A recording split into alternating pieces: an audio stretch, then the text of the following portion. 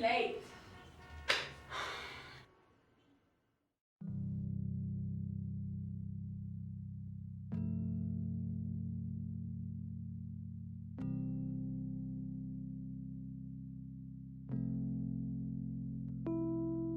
I got away with the words, spilling beans I do not have. Protection! Safety!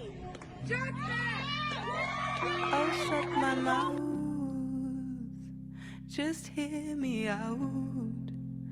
Honey, be with me one last time. 'Cause we were all woos and woes, doing things that please stop, don't.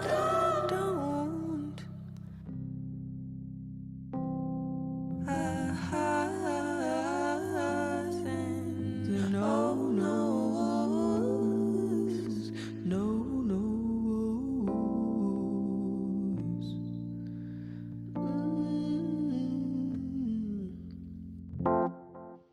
When go ahead, threw myself under before there even was a buzz.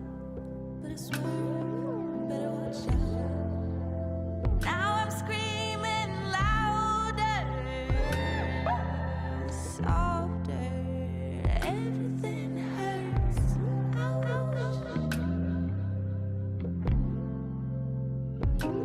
I'd like to spend a few days not to think of anything.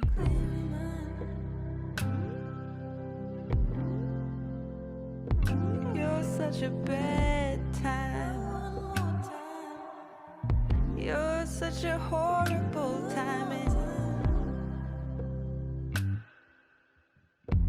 I loved it when we were all woos and woes, doing things to please stop, don't. Watch out.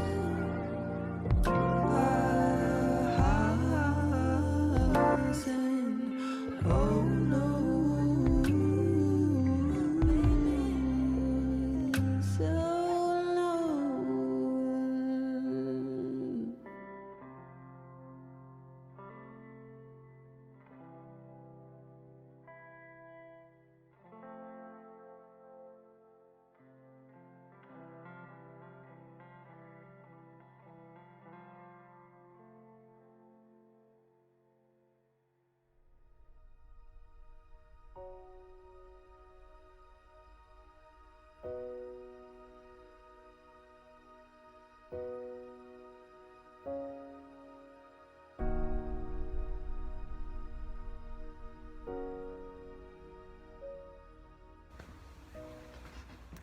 It is an honor to be with you all via technology. Thanking God for technology these days. And I want to just go ahead and jump in here and just let you know, my hope is that I will bookend my talk with hope, and that's what you'll all receive, is that there's hope on both ends. And so I first want to start by just sharing with you my social location. I am a Black woman, born in the U.S. I have higher education, but I am the hope of a grandmother who, at age 9, was picking cotton in the hot sun in Alabama. I'm the hope of a grandmother who raised a house full of children, and many of them were not her own. I am the hope of parents who racially integrated their high school in Jim Crow, Alabama. And I'm of the generation who lived far away from the intensity of racial tension in Alabama, almost in economic exile, as outside, away from home, quote unquote home, was where the jobs were, was where the sustainability was. And so my family would take these pilgrimages to this place, quote unquote, home in Alabama. And we would go to participate in these week-long feasts that we called homecomings or family reunions. And this was growing up for me. And so as I think about the people that I come from, I also consider that peace for our souls is elusive on this side of heaven. As even our sacred spaces of worship are bombed, they're burned to the ground, and they're targets for mass shootings. And so I share with you my social location because these are the things that inform how I engage in, process, and show up in the world. And this is also the lens through which I understand and experience a God who sees and hears.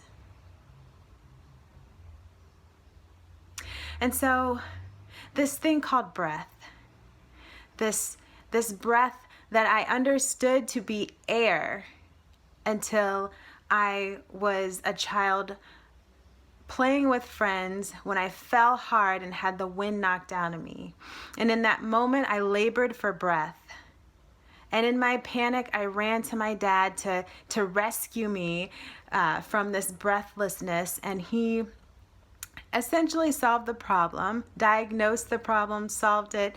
And within a minute, I was breathing regularly again. But those moments of panic have stuck with me. And in that moment, breath became life for me. And in Genesis 2:7, we learned that God breathed the breath of life into us. And therefore, we are more than just matter. We're more than biology. We have the breath of life in us. And so as I think about where we are right now in this intersection of pandemic, on one hand, we have the COVID-19 pandemic globally impacting the world. And then we have this intersection of a 400-year-old pandemic of violence on Black bodies in the U.S. And so in this time, I've often thought about Selah, the Selah pause of Psalms as breath. And so it may be like this desperate inhale breath, as in Psalm 54:3, where it says, "For strangers have risen against me. Ruthless men seek my life. They do not set God before themselves. Selah." So it's that kind of breath. Or maybe it's like the relieved exhale breath, the sigh, as in Psalm 49:15, where it says, "But God will ransom my soul from the power of Sheol, for he will receive me." Selah. And so in these days, I find myself almost obsessing over breath, over counting my breath, over laboring for breath, holding my breath, afraid to hope for the fear of disappointment that would steal my breath. And I find myself tethered to Breonna Taylor, who was a young Black woman murdered by police in her home while she was sleeping. I find myself tethered to Darnella Frazier, who was the courageous teenager who filmed the murder of George Floyd. I find myself tethered to Wanda Cooper Jones, who's the mother of Ahmaud Arbery. I find myself tethered to Gianna Floyd, who is the daughter of George Floyd. I find myself tethered to Tamika Palmer, who's the mother of Breonna Taylor. And I find myself tethered to Tetra Widman, the sister of Jacob Blake, who was shot by police 7 times in the back. I find myself embracing breath as lament,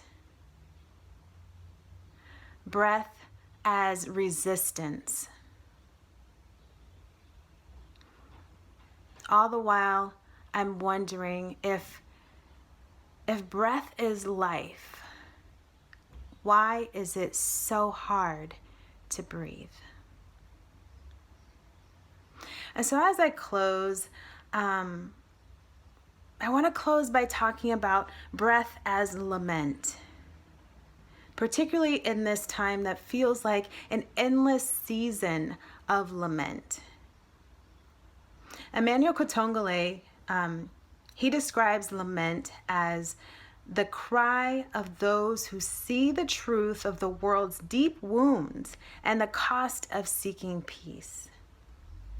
It is the prayer of those who are deeply disturbed by the way things are. And then in Jeremiah 31:15, we get this picture of lament. And it says, "A voice is heard in Ramah, lamentation and bitter weeping. Rachel is weeping for her children. She refuses to be comforted for her children because they are no more."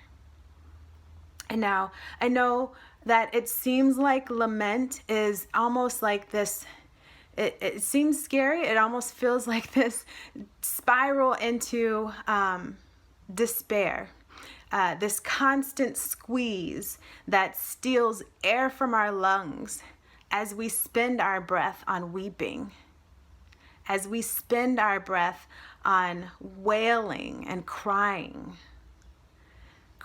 out to a God who sees and hears. However, despair is not the final word of lament. The final word of lament is always that of hope. That is the mysterious part of how the Holy Spirit weaves together sorrow and joy, despair and hope,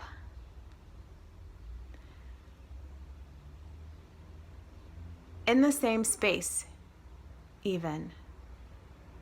Sometimes even in the same breath. So I encourage you to look for the hope in your lament. Thank you.